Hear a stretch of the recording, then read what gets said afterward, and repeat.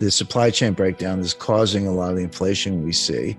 And everyone's like, wait a second, why are you talking about deflation? That's coming next. People are not ready for it. I know the inflation's here. I buy gasoline. I shop in the grocery store. I get it. It's persistent. It's not transitory. I understand all that. But inflation has two major sources. One is the supply side, which is called cost push inflation. So that's energy price shocks, fertilizer shortages, strategic metal shortages, component suppliers who can't deliver stuff to factories in Germany and they're shutting down, et cetera. The other cause is from the demand side, and that's called demand pull inflation. Basically, it's psychological. Consumers pull demand forward. They're like, hey, I was thinking of buying a refrigerator. I better buy it today because the price is going to go up in 6 months. And in the 70s, we had both. It started with cost push with the Arab oil embargo, but it ended up demand pull. I was starting my career at the time. Your boss would just give you a raise. You didn't even have to ask. Inflation was going up so fast. Like, I better give this guy a raise. Like, here's another, $30,000 or whatever, because people would quit, and that sort of spun out of control until Volcker squashed it all.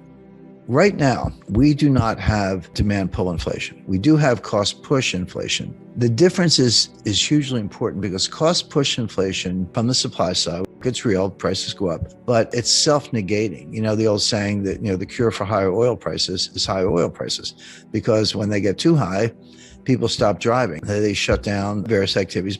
By the way, if you're unemployed, you're not buying any gasoline because you're not going anywhere. I mean, that's kind of a nasty way of putting it, but that's how cost push inflation tips into a recession and then prices come down. And we saw that in 1974. You had Jerry Ford and Alan Greenspan walking around with they had these win buttons, WIN, which stood for whip inflation now, except we had a recession and prices collapsed. Now, it came back by 77 for a lot of reasons, but right now we don't have demand pull, we have cost push. It will go away when this economy goes into recession. And then we're going to be talking about disinflation and deflation, which are, kind of close cousins. And the Fed's going to be out on a limb as usual, raising rates in the face of a recession and a price collapse. I don't know what the recession is a cure for. It's coming. I mean, the recession is coming, and Jay Powell said this. I mean, Jay Powell gave two speeches, August 26th, Jackson Hole, and September 21st at the press conference after the FOMC meeting that day. And the September 21st speech was almost like, well, just in case you weren't listening to me in Jackson Hole, let me tell you again what's happening. And then Jackson Hole, he was like Nancy Pelosi. He tore up a speech and wrote a new one, like literally the day before. It was 3 or 4 pages. It was really short. He used the word pain 3 times in one paragraph. I've been following Fed news for 45 years. I've never seen the word pain ever. But he basically said the same thing. But September 21st, he was even more blunt. He said, there's going to be a recession. It's going to be bad. Unemployment is going to go up. Get it, get it straight. These things are going to happen. And that's what it's going to take to get inflation under control. But he went on and on about how inflation was job one, because the Fed has this dual mandate, which never made sense, but it's the law. I mean, Humphrey Hawkins. The dual mandate is price stability and low unemployment. Those two things don't always go together. And sometimes you got to make trade-offs between the two. But right now, the trade-off is very easy, which is unemployment's really low. Now, I don't put much weight on it, but the Fed does. Again, put your Fed hat on. Unemployment's really low. If unemployment went from 3.5 at the moment, if it went to 4.5, 4.9, is that the end of the world? Well, that was considered pretty low in 2013 when they were doing QE4 or whatever. So they're willing to do that. And they also think the recession, if it comes, will be mild, but those two things together will get inflation under control. I mean, and what Powell said, he didn't say that their target is core PCE, personal consumption expenditure, price index, core meaning excluding food and energy. And everyone's like, why would you exclude food and energy? Again, I'm not here to debate it. That's what they do. So they want to get core PCE year over year to 2%. Powell did not say, we're going to raise rates until core PC is 2%. He didn't say that.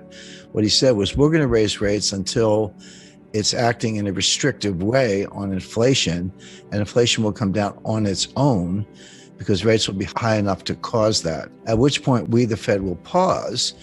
And you say, well, when are you going to cut rates? He was like, the pause could be a year.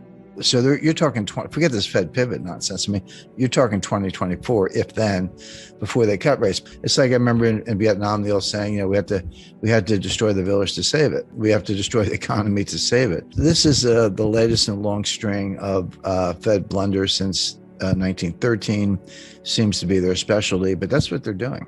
And then beyond all that is there's a brewing global liquidity crisis, a global financial crisis that's different from a recession. It's financial panics and recessions are two different things. They can come separately. In 1998, we had a financial panic, but there was no recession. In 1990, we had a recession, but there was no financial panic. In 2008, we had both. They can come together. It looks like they might be coming together again. This is revealed in inverted yield curves. Major dealers are bidding at auction for treasury bills. The Fed will give you treasury bills with a phone call. All you have to do is call the Fed and do a reverse repo with the Fed. They'll give you some treasury bills. But the banks are bidding at auction for treasury bills that yields to maturity lower than what the Fed will give you for a phone call. Why would you do that? The answer is the Fed bills cannot be rehypothecated. They cannot be used as collateral, but the auction bills can. So what that tells you is there's a collateral shortage. That means deleveraging balance sheets. It means financial distress.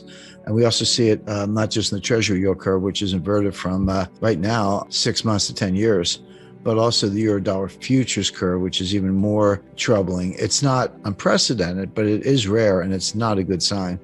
But the Fed continues, raising rates in the teeth of this really bad data. So I look for a severe recession in the U.S., really global, because tells the global outlook is pretty bad.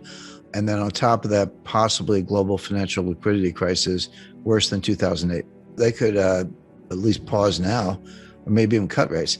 If everything I said is correct, and obviously I think it is, or I wouldn't be saying it, but if we're on the verge of a global liquidity crisis, as revealed by the euro-dollar futures curve and the treasury yield curve, and negative swap spreads and treasury bill auctions with the yield to maturity below what the Fed will give you for a phone call, all those things are happening. That's hard data, and it's a very, very troubling sign, last seen in 2008, by the way, before the Lehman Brothers meltdown. So with the economy going into a recession on its own, with a global liquidity crisis brewing, why on earth is the Fed raising rates at all? That's not sustainable. So I would look for a recession, a more severe recession. That's one, combined with Fed tightening, interest rate hikes, balance sheet reductions, et cetera.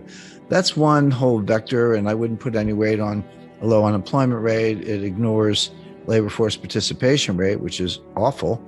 It's down around 62% versus 70% in the year 2000. But beyond that, unemployment is a lagging indicator. Unemployment goes up after a recession begins. Employers are very reluctant to lay off employees. You got to pay severance. It's expensive to recruit and hire them back and train them. You pretty much wait until the recession has already started and you can, all right, I got to lay some people off. So it's not a leading indicator. It's a lagging indicator.